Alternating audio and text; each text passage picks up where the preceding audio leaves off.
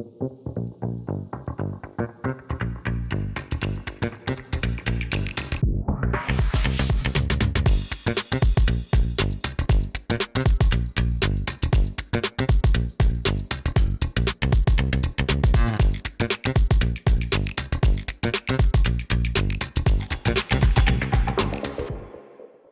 was your perception of leadership versus the reality? Yeah, I think there's quite a few things really in terms of like the different perceptions that I had. I guess one of them was going into leadership that like you're the leader, so to speak. So you've got like control over a lot of the things, which like on reflection, like it couldn't be further from the truth. You often find that as a leader, you're in situations where you have, I guess, lack of control, and which is where you need to step in, and that's what the leadership role is really about. Is like how do you, I guess, manage uncertainties within your team, whether it's projects, people, and that thing, and how do you like bring them together to actually make things happen. That's like a very like vague statement, but yeah, that's like generally one of the things that I found was it's more about the lack of control and how you deal with that as a leader, which like makes or breaks you in that particular position. The other one is probably around thinking that I needed to be like the most knowledgeable person in the room, because you think of leader, and as you think back to the white collar businesses and stuff, you think, okay, leader, boss, they're like the most knowledgeable person, they're the most experienced, and again, like I found that to be completely the opposite thing. And so being a leader, or like a leadership role, is more around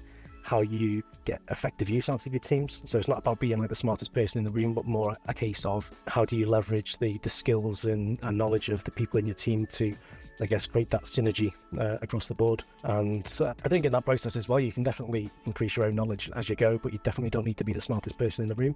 You just need to be the person who glues everybody together and makes the things happen. Especially in leadership positions like mine, like head of development or engineer and manage that thing, you're generally at a slightly higher level than most of your team anyway.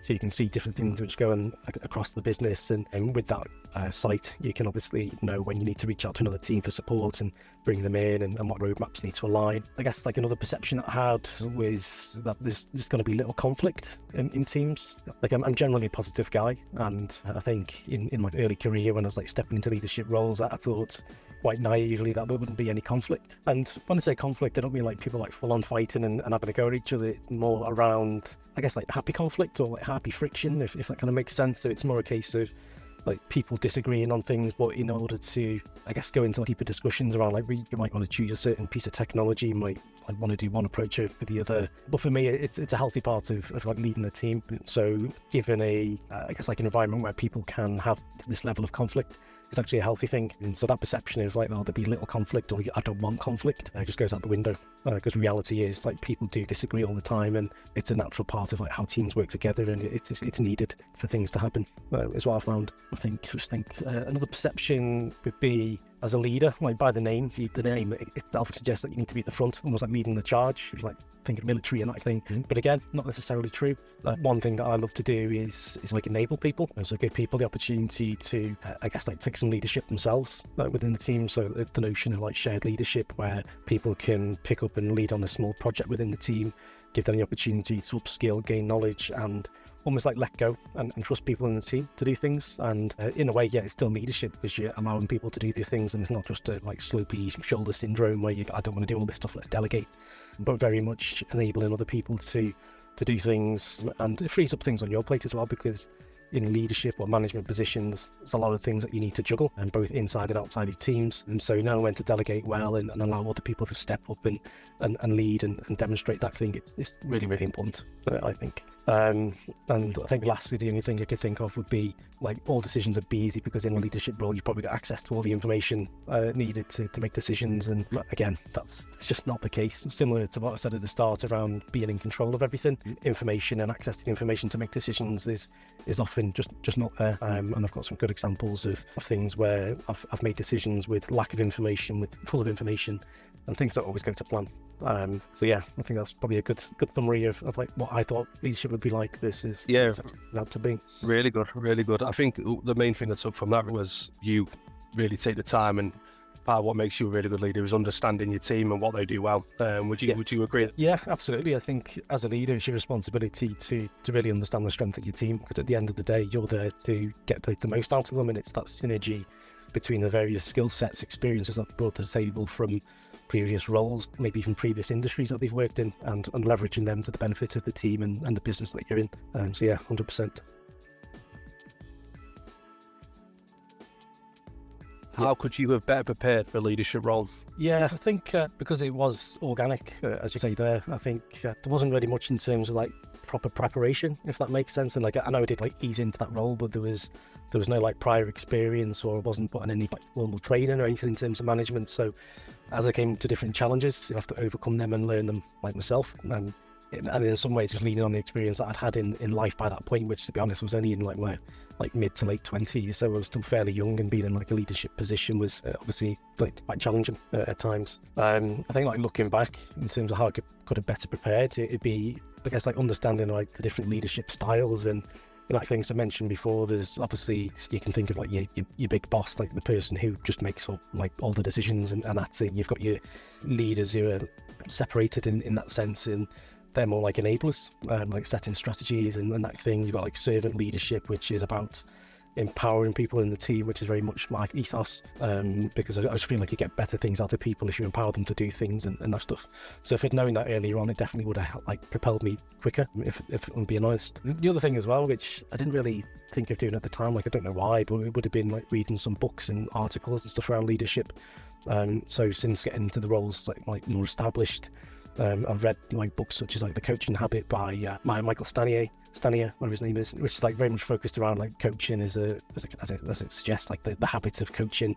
And instead of being a leader who like continually suggests or, gives advice, it's more around like probing questions and those kind of things. Because what I find is you tend to get more out of people by asking questions rather than giving advice, because they just kind of take your advice and kind of implement whatever you've told them to do, rather than getting them to start thinking for themselves and starting to really understand like what are the problems I'm trying to face and tackle.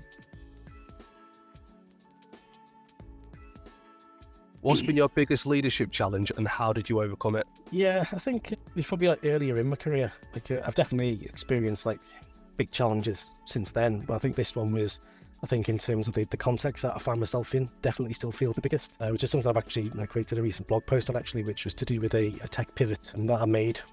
So I'd recently joined a company as the dev lead within the team. So yeah, overseeing like the team of like 10 or so devs, and technology we were using was fairly outdated. Like again, I knew that myself, but I wasn't really a front end guy. Like I've always come from like a back end development, and wouldn't really class myself an expert in the front end side of things. So when I was consulted over, can we move to using React, I think it was at the time, because it'd allow us to work quicker and do things better for the client who were already struggling to see, I guess, like return on investment for the money that they were paying the team to deliver things.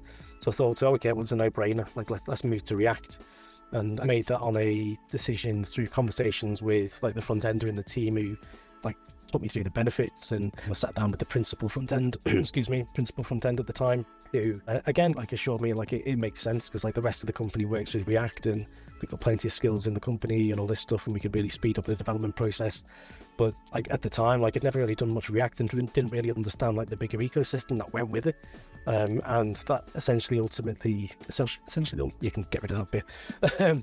That essentially led to a load of other issues which got popped off the back of this, which were related to like damaged like SEO because of like server-side rendering, all these things which I didn't consider. There was a few setup issues as well, additional infrastructure costs that went with it, because we had to move away from hosting like a .NET application and spin up like a Node server, and again we had to pay for that additional cost there, which we had to put onto the client. And so there's a few challenges that came with that one, both internally in terms of the guest like managing the tech within the team, but then also within the relationship with the client, of which like I was quite closely involved with the client as well, and persuaded them to go down this route in terms of, okay, you get speedier releases and all this stuff. So for me it felt quite damaging. So the implications there were, it came back onto me in terms of, okay, I made the wrong decision. I hadn't really consulted enough people.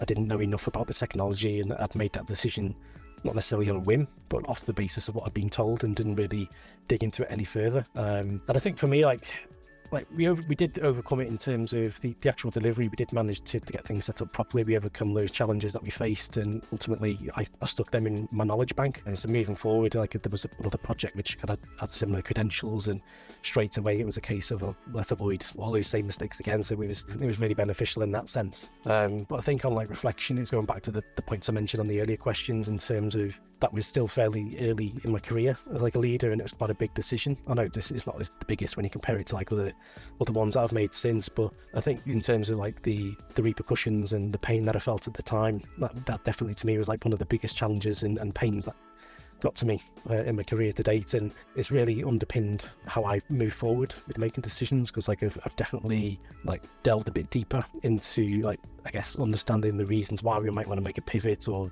do X over Z or whatever. I can speak with the team a bit more, but then also like trust people a bit more as well. And like if things do go wrong, we do learn from them. Like we're all human at the end of the day, and for me it was a good opportunity to really reflect on, okay, yeah, sometimes we do fail, but at the end of the day, like in that situation, it wasn't life or death. Yeah, we might have like lost a bit of money with the clients, but at the same time, we managed to definitely like turn things around for them and made like a better impact overall. But yeah, I think that's probably a good No, definitely. Yeah, brilliant. And I think that the experience that you've been through allows your team to relate to you more as well, doesn't it? Because you can say, I've been there, I've done this, you're not on your own with it. So you've lived what they're doing, if that makes sense. Yeah. So I'm assuming that goes in your favour a lot as well, because you can relate to your people a lot more.